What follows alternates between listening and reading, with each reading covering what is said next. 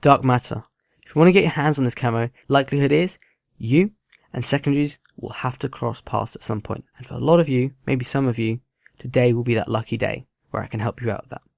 This video has been requested by Hayden West, who wanted a video about secondaries and snipers. Now, they may have already done the challenge, but I'm sure at least a lot of other people can benefit from this as well. If you do benefit, be sure to let me know in the comment section. So from looking at a lot of feedback, you guys want this video to be just as short and sweet as possible, so I'm going to make sure that happens today.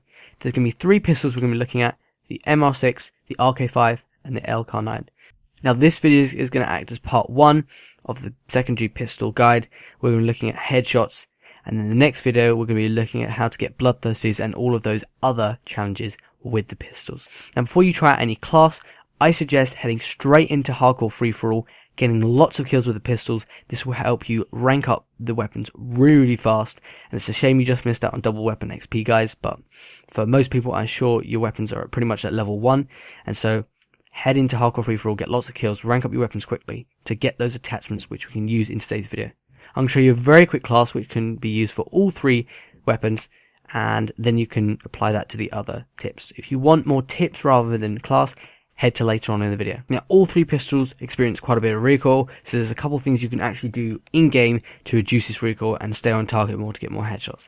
Now for the MR6, obviously it's a semi-auto pistol. Instead of just spamming the shoot button, you want to sort of do bam, bam, bam, bam, but not sort of spam it so much that the recoil just kicks up like crazy.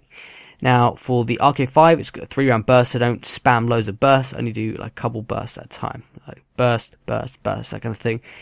That will get you more headshots. And finally, we've got the LK9 pistol. Now with this thing, it's a fully auto pistol, so we don't want to keep holding down the trigger. We just want to keep tapping the trigger, so we can do little bursts at a time. If we hold it down, the recoil is going to go crazy. So just a quick tip with controlling the recoil, it's going to help you get more headshots. For all 3 pistols, I suggest going for the optic of the yellow. This thing's nice, it's clear, easy to stay on target, find the head, stay with the head, stay on target and get the headshot obviously. So that's why I suggest the yellow. Now for the attachments, I like going for quick draw first of all. This is a really awesome attachment. Black Ops 3 all about that fast reaction time, and I'm sorry, what better way to do this by aiming down sight faster. This is going to give you the upper hand from the first second you load into the lobby. Now the second attachment is a bit more wishy-washy. You can either go for high caliber or long barrel. High caliber is nice because obviously it increases the headshot damage that you do. However, I'm not sure that I really felt this was like super beneficial to the pistols. However, long barrel, it obviously increases the range that this pistol has, and obviously it's more effective at those longer ranges. It really depends on the situations. If you're going to be going for game modes where you're not really close to people and you're going to have those longer kind of engagements, then I suggest going for the long barrel. However, in reverse, if you are going to be going into gamers like free-for-all and there's going to be loads of enemies, use high caliber. You're going to be close to enemies, so you don't need the long barrel, and hence high caliber will probably be better because you increase that headshot damage for less shots required to get the headshot, so it's just easier. Now, let's go on to the perks. First of all, I like going for Sixth Sense. This thing's really useful for helping find people. It shows a red mark on the map when you're near people, and it obviously beeps as well with different sounds. So it's really useful for finding people. When you get close to people, obviously you know someone's there, you can turn around, get the headshot. Pretty simple. Obviously it won't always work, but it's going to increase the chance of that happening. Now, I also like to go for a wild card and have Overclock in perk 1. This is going to allow you to earn your specialist weapon or specialist ability faster, and you may be thinking, what's kind of pointless? Don't worry, we're going to get onto that later on.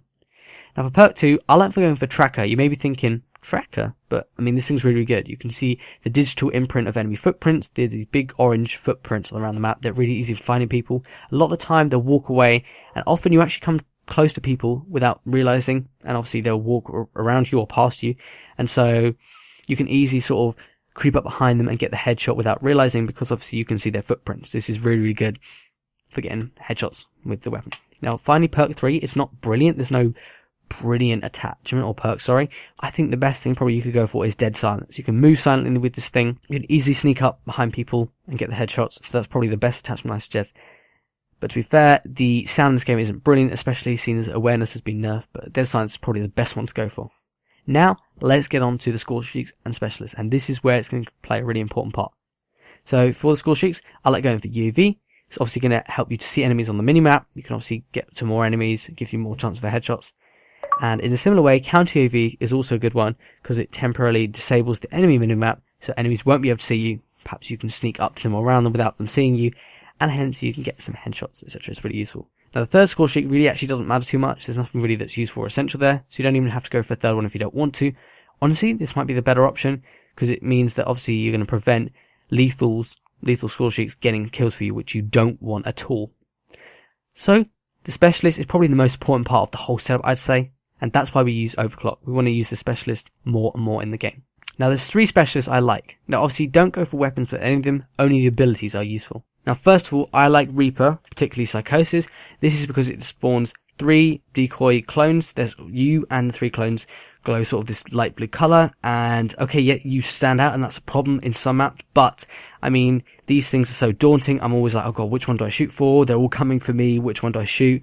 Which one's the real one? And at that point you can sort of maybe kind of get around one of them, sneak around one of them. They'll probably be distracted by the clones. You can just sort of sneak around and just quickly shoot them to get the headshot. Quite kind of simple. Now the problem is, if you deploy it while an enemy's watching you, they know you just deployed it and they know probably know which one you are. So they're going to shoot you and it's going to be a waste. So don't deploy it when they can see you. Deploy it when you're hidden, then run around the corner or something and then use this. It's very, very good. Slightly worse, I'd say, I haven't really tried it too much, is Spectre. The active camo, obviously you're pretty much invisible. Finally, fire break. This is probably the most useful one. You get this very short kind of blast, but it stuns the enemies, so they won't be able to move. They're pretty much frozen, so at which point you can pretty much just aim where you need to on the head and boom, get your headshot. Pretty simple. It's really not too difficult, and often these guys will just be stunned. It'll be very difficult for them to move, and so it's really easy for you to get the headshot. Now finally, let's quickly talk about the game mode. You've got Nuketown, but sometimes it'll be too chaotic, you get shot in the back.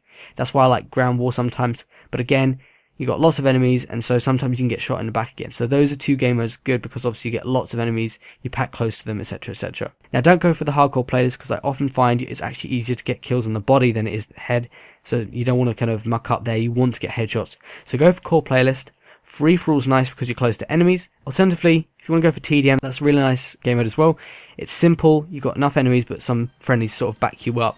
And I find this really useful. As you can see, this is what I did and used on today's gameplay. Hope you found this useful. If you've got any tips, let me know what yours are down in the comment section. Hope you found this useful. If you did find this video useful, let me know in the comment section.